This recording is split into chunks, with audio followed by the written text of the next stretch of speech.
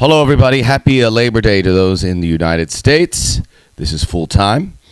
Hope you had a good one. I'm going to tell you what I did shortly as I attended a Phish concert for the first time in my life. If you don't know Phish, it's like a super jam band, and people have been pouring out to see them for years. I'll tell you how it went.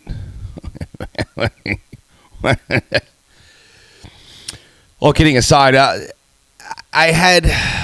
there wasn't a clear-cut lead story. There was the ending of the transfer deadline in Europe, and there were some stories to discuss there, including Mauro Icardi going to PSG, which makes things very interesting for the French Giants and their quest in the Champions League, as they still have Neymar.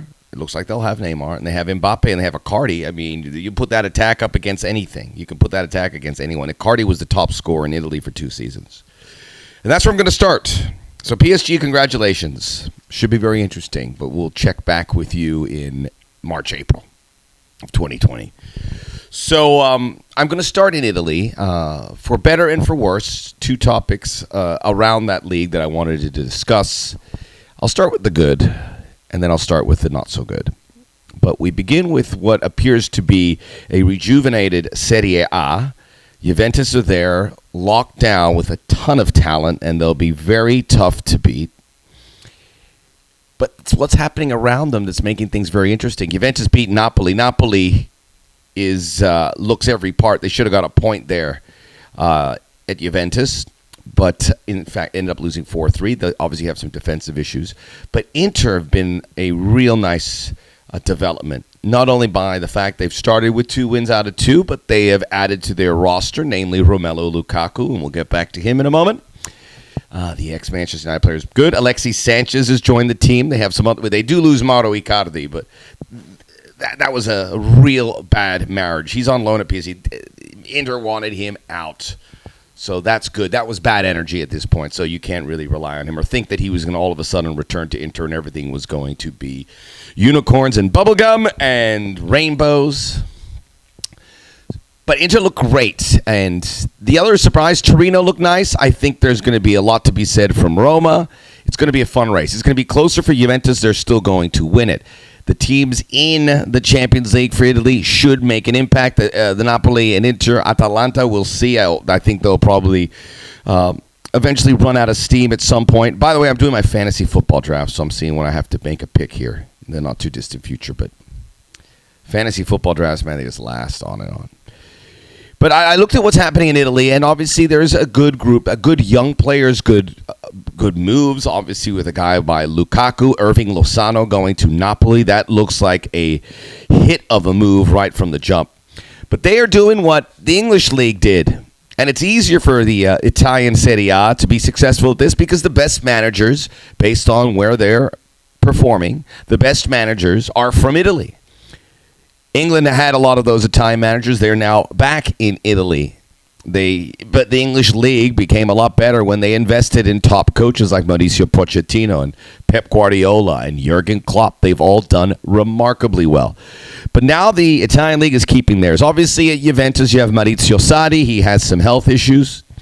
But under his watch, this is a great manager who did wonders at Chelsea. Inter have Antonio Conte, who was also who was at Chelsea for some time, but now he is back. But that's a big name hire.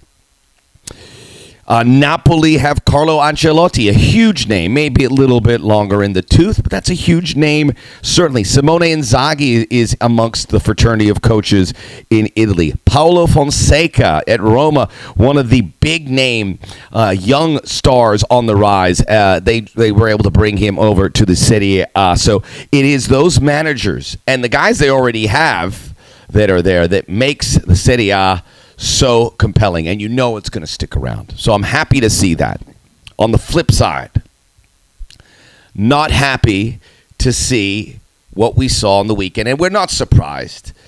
But Cagliari, which is in the south of Italy, was playing Inter. Romelu Lukaku was taking a penalty, and the fans at Cagliari, which we have grown accustomed to seeing, not just in Cagliari, but some of the Italian stadiums, some of the countries around the Adriatic, some of the countries in Eastern Europe, making monkey sounds as Romelu Lukaku, a black player, was taking a penalty.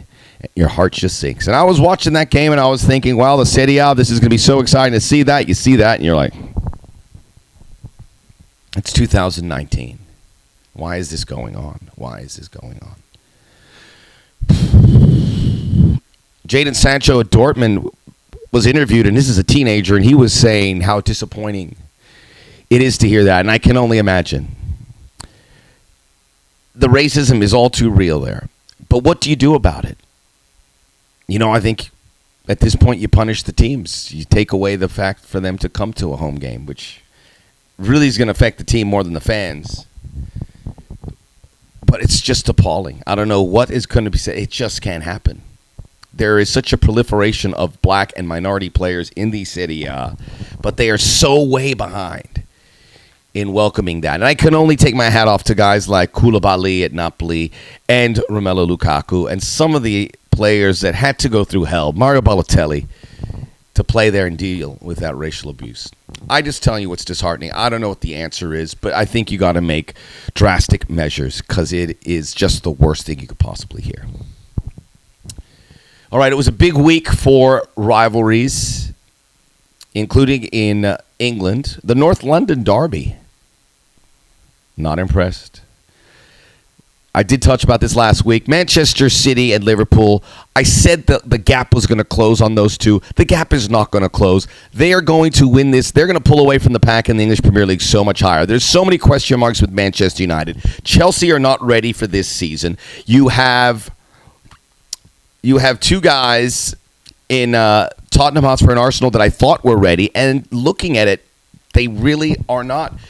Watching that game, and it was just hijinks. So many players that, on Twitter anyway, people were making a lot of fun of because of the way they played. David Luiz, at the new defensive player at Arsenal. A mess. Granit Xhaka, not good. Musa Sissoko, just all sorts of ridicule sent his way because of his lack of finishing. He plays for Tottenham Hotspur. There's so many question marks for both these teams.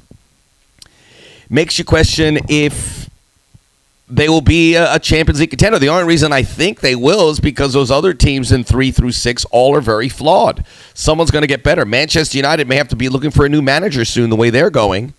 It's really bad. Anyhow, Tottenham Hotspur and Arsenal, I don't think we're going to be able to put them on that top line. So many bad plays. It was just a messy game. I still think I like Arsenal a little better because of the young attacking players that might be able to come through. Tottenham Hotspur, Harry Kane, not there. I mean, he had some close calls in this game. And just by it's troublesome to see a team that was playing for the Champions League finals is kind of way off. And Mauricio Pochettino, the warning signs were there. I'll tell you what I do like is some of these the highest team from London in these standings is Crystal Palace. They've been great. They got a win at Manchester United. They got a hard-fought home win, 1-0. They don't give up a lot of goals. They beat Aston Villa. Gary Cahill, Martin Kelly in the back there. They still have Wilfried Zaha. They have Roy Hodgson. Zaha was rumored to go everywhere, but they have a good-looking team. Will they stay there? I think they'll stick around for a bit. And maybe West Ham, too, my team, the other London surprise, having won their last 2. They have some great attacking options. You look at Haller, the new signing from Eintracht Frankfurt. This guy's going to score a lot of goals. He already has 3. Anderson Silva. Why can't I remember? Felipe, sorry. He's fantastic. I don't know. They're going to keep him. Manu Lanzini. Look out, West Ham. I think those other teams are going to have issues with there. It's going to be really interesting 3 through down. Disappointing to see what has happened in the Premier League there.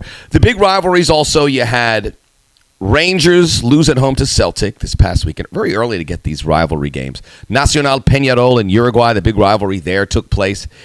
And then you have Boca River, the greatest rivalry in my books. The 2 teams from Argentina, Buenos Aires. No score there, but what's going to make this very compelling is they have 2 games in the Copa Libertadores semifinals. And River and Boca, remember, they played the Libertadores final, and the River players got tear-gassed, or the Boca players got tear-gassed. It was an absolute mess. They had to play the final in Spain. Hopefully nothing goes awry, but it adds an interesting layer to these games coming up in later this year in October. So let's do it. I'm going to close with my review of the Phish show. I want to say I went to Colorado to check it out, Dick's Sporting Goods Park, where the Colorado Rapids play, and my friend said to come. We went to a show the day before at Red Rocks, which was good. It was a Grateful Dead. Joe Russo, Almost Dead. I did a lot. This is not really my thing. I like these kind of bands, but not my number one. So I don't know a Phish song. And by the way, after going to their concert, I still do not know a Phish song. It all sounded like one song. But I will say, being in that, I have not had a concert sensation like that. The whole crowd was, and I know these guys have been playing. I'm just a novice, and I went in there. And look, you can see some photos I put up from that experience, including myself. Really enjoying things. The musicianship was fantastic. The production, amazing. The sound in there was just intense. And you looked around the fans, it was like a moving wave.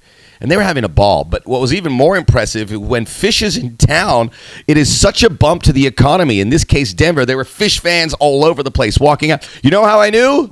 Because you could tell. A lot of tie-dye shirts, a lot of long hair. A lot of interesting aromas, but they had money in their pocket and they were spending it. And actually, there was a wide variety of Phish fans. I shouldn't really put them into a corner, but I was amazed by that. And if I was a mayor of a city, I'd want Phish to come to where because you know what? These fans, they're really well behaved and friendly.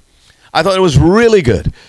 The only issue I have is the length of the show, which I understand everyone wants that, but by hour 4, I had to go. I had to get out of there. They have a 1-hour intermission. And the other thing, the dancing. The dancing of the fans there, you have never seen anything like it, and not in a good way. But anyway, thanks for a great time, Denver. Full time. Subscribe to my YouTube page. And let's stamp racism out of any sport. Damn it.